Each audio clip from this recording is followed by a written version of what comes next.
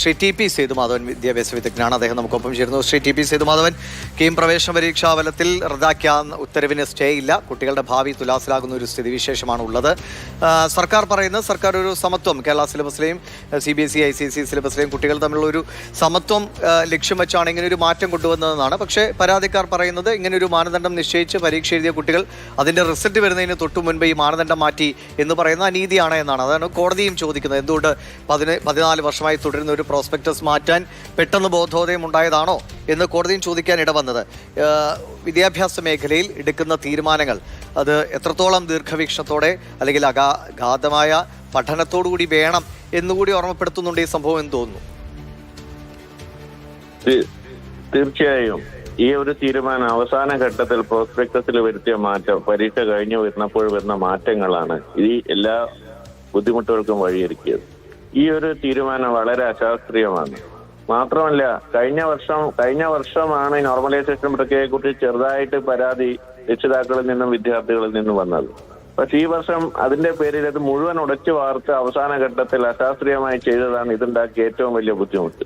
പലരും ഇതുമായി ബന്ധപ്പെട്ട് പറയുന്നത് ഞാൻ കേട്ടു. അതായത് സംസ്ഥാന സിലബസിലെ വിദ്യാർത്ഥികളെ രക്ഷിക്കാൻ വേണ്ടിയിട്ടാണ് ഇങ്ങനെ ചെയ്തത്.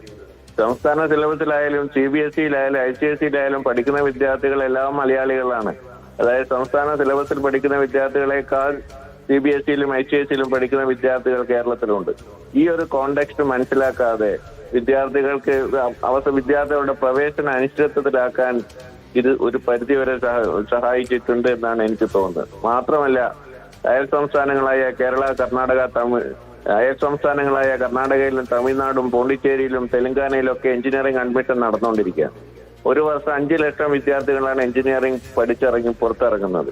ഈ ഒരു കോണ്ടെക്സ്റ്റിൽ കേരളത്തിൽ നിന്നുള്ള വിദ്യാർത്ഥികൾ അയൽ സംസ്ഥാനങ്ങളിലേക്ക് എഞ്ചിനീയറിംഗ് പ്രവേശനത്തിന് നീങ്ങാനുള്ള സാധ്യതയും കൂടുതലാണ്.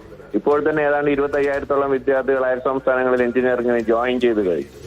ഈ ഒരു അവസരത്തിൽ തീർത്തും അശാസ്ത്രീയമായി യാതൊരുവിധ ഗൃഹപാഠവും ചെയ്യാതെ എടുത്ത ഈ ഒരു തീരുമാനം വളരെ ബുദ്ധിമുട്ടുള്ളതാണ്. ശരി, ഇങ്ങനെ ഒരു ഏതെങ്കിലും രീതിയിലൊരു മാറ്റം വേണം എന്ന് അങ്ങേക്ക് തോന്നുന്നുണ്ടോ? അതോ നിലവിൽ ഈ 2011 മുതൽ എനിക്ക് തോന്നുന്ന ഒരു പ്രധാനപ്പെട്ട കാര്യം, മറ്റ് സംസ്ഥാനങ്ങളിലായാലും ജോയിന്റ് എഞ്ചിനീയറിംഗ് എൻട്രൻസ് എക്സാമിനേഷൻ മെയിനും അഡ്വാൻസ്ഡ് ആയാലും അല്ലെങ്കിൽ കൊച്ചി ശാസ്ത്ര സാങ്കേതിക സർവകലാശാലയിലായാലും ഈ 50% വെയിറ്റേജ് +2 മാർക്കിന് കൊടുക്കുന്ന രീതി നിലവിലില്ല.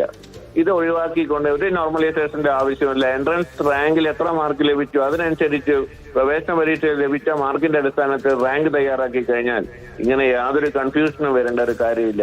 ശരിയാണ്. അങ്ങനെ പലരും പറയുന്നുണ്ട് പ്രവേശന പരീക്ഷയിലെ മാർക്ക് മാത്രം നോക്കുക എന്നതാണ്. പകരം മറ്റ് +2ലേക്ക് മാർക്ക് കൂടി തട്ടിച്ചു നോക്കുമ്പോഴാണ് ഈ പ്രശ്നം. അത് ഇപ്പോൾ എങ്ങനെയാണ് അങ്ങേ വിദ്യാഭ്യാസ രംഗത്ത് അങ്ങയുടെ ഒരു അനുഭവം വെച്ച് ഇതിലെന്തെങ്കിലും മാറ്റങ്ങൾ ഉണ്ടെങ്കിൽ അതെങ്ങനെ പ്രാവർത്തികമാക്കണം? ഇപ്പോ അങ്ങനെ സൂചിപ്പിച്ചു ഏകദേശം 10-20,000 കുട്ടികൾ മറ്റ് സംസ്ഥാനങ്ങളിലെ കർണാടകയിലും മറ്റെല്ലാ സംസ്ഥാനങ്ങളിലും പ്രവേശന പരീക്ഷാ സംവിധാനത്തിൽ വെയിറ്റേജ് കൊടുക്കുന്ന രീതി വളരെ കുറവാണ്. ഈ വെയിറ്റേജ് കൊടുക്കുന്ന രീതി അങ്ങ് ഒഴിവാക്കി കഴിഞ്ഞാൽ തന്നെ ഇതുമായിട്ട് ബന്ധപ്പെട്ട മത്സരങ്ങളും അതുമായിട്ട് ബന്ധപ്പെട്ട അനിശ്ചിതത്വവും അശാസ്ത്രീയതയും കുറയും. പ്രവേശന പരീക്ഷയിൽ എത്ര മാർക്ക് ലഭിച്ചോ ആ മാർക്കിനനുസരിച്ച് റാങ്ക് തയ്യാറാക്കി കഴിഞ്ഞാൽ യാതൊരു ബുദ്ധിമുട്ടുമില്ല. ദേശീയ പ്രവേശന പരീക്ഷയായ നീറ്റിലും JEEയിലും JEE അഡ്വാൻസ്ഡിലും JEE മെയിനിലും ഒക്കെ ഈ രീതിയിലാണ് കാര്യങ്ങൾ പോകുന്നത്.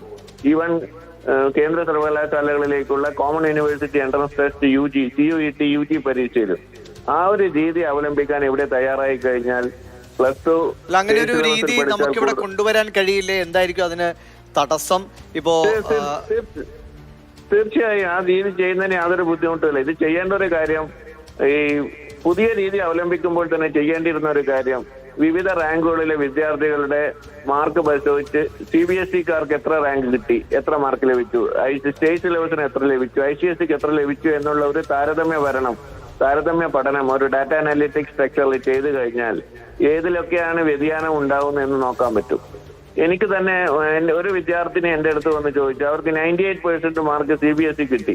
പക്ഷേ ആ കുട്ടിക്ക് 400 മാർക്ക് പ്രവേശന പരീക്ഷയിൽ ലഭിച്ചു. പക്ഷെ ആ കുട്ടിയുടെ റാങ്ക് പ്രവേശന പരീക്ഷയിൽ 100 മാർക്ക് ലഭിച്ച കുട്ടിയെക്കാളും കുറവാണ് എന്നതാണ്. അപ്പൊ അശാസ്ത്രീയത പ്രാഥമിക ഘട്ടത്തിൽ തന്നെ പല രീതിയിലും വിദ്യാർത്ഥികൾ പറയാറുണ്ട്. പല സെമിനാറുകളിലും സംവാദങ്ങളിലും കുട്ടികൾ ഇത്തവണ സൂചിപ്പിച്ചുകൊണ്ടിരിക്കുന്നുണ്ട്. ഈ ഒരു അവസരത്തിൽ +2-ന്റെ മാർക്ക്, അതായത് പ്രവേശന പരീക്ഷയിൽ ലഭിച്ച മാർക്ക് എത്രയാണ്, അതിന് ഏത് റാങ്ക് വരുമെന്ന് നോക്കിക്കൊണ്ട് ഒരു കമ്പാരിറ്റീവ് അനാലിസിസ് നടത്തി കഴിഞ്ഞ് അതിലൊരു ശാസ്ത്രീയത വരുത്തി മൂല്യനിർണ്ണയം ചെയ്ത് റാങ്ക് പ്രസിദ്ധീകരിച്ചിരുന്നെങ്കിൽ ഈ ഒരു ബുദ്ധിമുട്ടുണ്ടാവില്ല.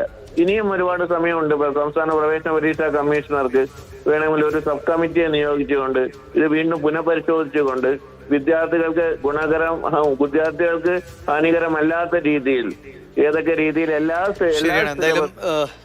എന്തായാലും അത് വേഗത്തിൽ ഉണ്ടാകട്ടെ എന്നാണ്. വളരെ നന്ദി ശ്രീ ടി പി സേതുമാധവൻ.